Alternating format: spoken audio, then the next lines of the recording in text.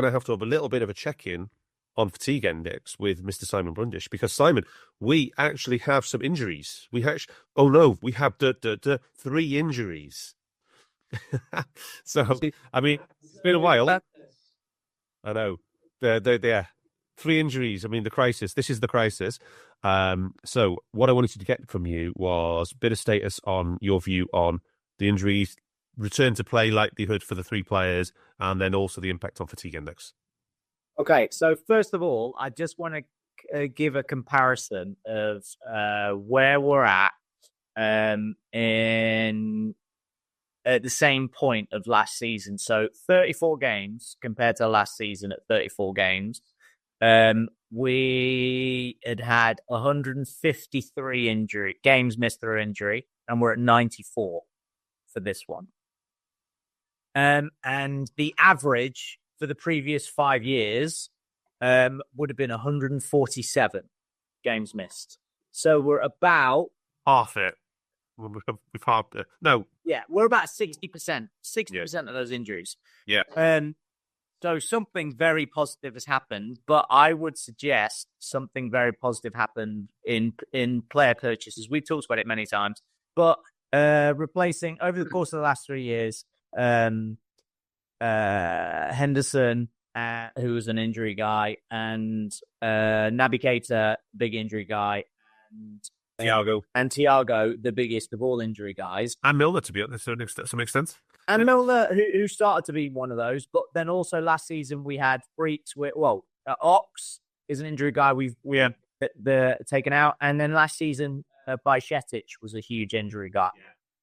So he added to the numbers. So we're swapping those out for the midfield 3 we have now, who basically have one significant injury between them in their careers. So very positive. Age profile of the team has gone down, so younger is typically better.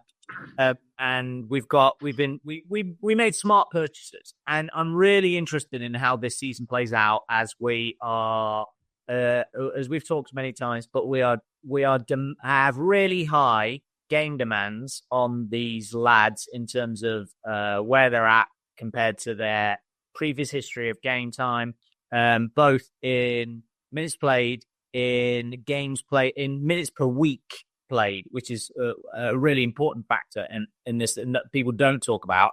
So you can play every single game over the course of a Bundesliga season, and then you can play 70% of games in the Premier League for a top 14 that plays in the in Champions League, and it's an entirely different landscape. So it's a massive jump up, and we've got a whole bunch of those younger lads who now start and play every minute for their international side as well. So all these extra demands on players. We are the current situation. If we're just looking ahead of the game tomorrow, we have very well managed for the last 2 weeks. Lots of rotation all around. Robbo's the only player red. As the fatigue index goes, and with Diaz and Darwin right on the cusp. But we're still at 4 projections of career maxes. We have 6 players on for career maxes, but of those 6, only 5, Trent, Ibu, Mac, Grav, and Curtis are first teamers. Kelleher's 1. And Grav is up to 150% of his career max. He's pretty incredible. And the last thing is that what Sports Science would look at is what is a normal season. So the median of the previous 3 years. So what the capacity of that lad looks like, and we have 1, 2, 3, 4, 5. We have 4 lads that are over 30% increase, significantly over 30% increase. And the 30% increase is where you would train your fellas to be at, to improve. Anything above there is a significant risk. And so we've got the same lads. Mac, Grav, and Curtis are there. And then we have a whole bunch that are pushing beyond their 3-year average, including massive beasts Mohamed Salah and Virgil, and Trent is quite a beast as well. Yeah, even those guys are still heading for 4,500 minutes career maxes, aren't they, and stuff? Yeah. Mo is currently on target for 5,300. Yeah. Kurt and Virgil's on for 5,500. And the thing with those, as opposed to the things we talk about with the other lads, with Brav, or that you might show mitigation of age, is that they aren't old. They aren't young anymore. So there is going to be some kind of tissue change. There is going to be differences in how their physiology reacts to stressors that they've had in the past. I wouldn't say that either of them are a big red flag, because Virgil is an absolute beast of an athlete genetically from birth. And Mo is both that and has created himself into being one of the all-time great human gladiators in history. So I wouldn't be greatly worried about either of them. But there is definitely issues with sticking your finger in the socket with our midfield three. Yeah, excellent. And the players who are out themselves, Joe Gomez obviously got injured a month ago, pretty much to the day, against West Ham. He's not back in training yet. What are you expecting with Joe?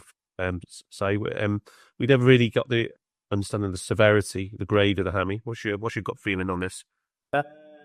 He isn't a fast healer, but I would suggest he's out for another 2, maybe 3 weeks.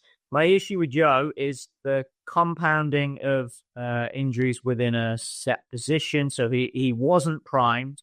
He went in with a chronic load. He began with a chronic load of 33. Yeah, he played all the matches in a row after not playing. He went from 33 average to 165 in a week. And then when he broke, his average was 152 minutes per week. And he has a career, so we have a breaking point, an average of a breaking point, where a player's rolling average hits and then they get injured. And basically, Joe Gomez has proven toleration point of 97 minutes per week before injury occurs. Yeah. So, emergency, break glass, throw Joe Gomez in, and then there's no surprise that tissue gave out. So he was overused in that intense period. Yeah. Okay. And Diogo Jota obviously got injured 2 weeks ago against Nottingham Forest. It wasn't during the match. He felt it somehow after, that amazing cameo. And we don't know which muscle it is. Sai, do you know anything more about Diogo and any sense of when he might be back? No, I have no idea. And Jones kind of did the splits against Lille. I assume it's a groin or something like that, Sai? Yeah, I think it's actually his ankle. But oh, is it? Okay. Yeah, I think he could be back in training for next week. Okay, excellent stuff. So, but knowing how long it took Jota to become a regular starter, well, he hadn't even finished becoming a regular starter as the last injury. We could probably say it's going to be more impact sub roles and that kind of thing, probably until end of February for Jota. At this point, so we had a 55, 51, 38, 107 minute week before a 129 minute week where he broke. Yeah, after playing the full game against Accrington Stanley. Yeah.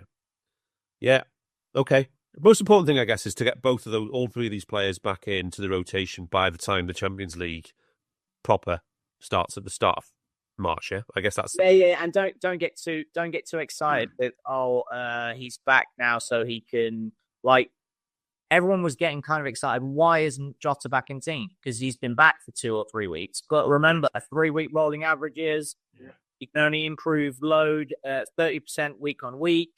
And they're being really careful with him. And he was right on the precipice of, shall we or shall we not when they played him?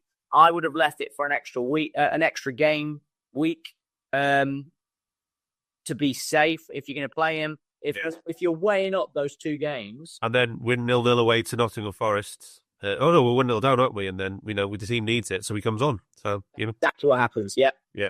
Hey guys, it's Eddie Gibbs from Anfield Index here. I hope you're enjoying this podcast, and I'm sorry to call time on the show before it ends.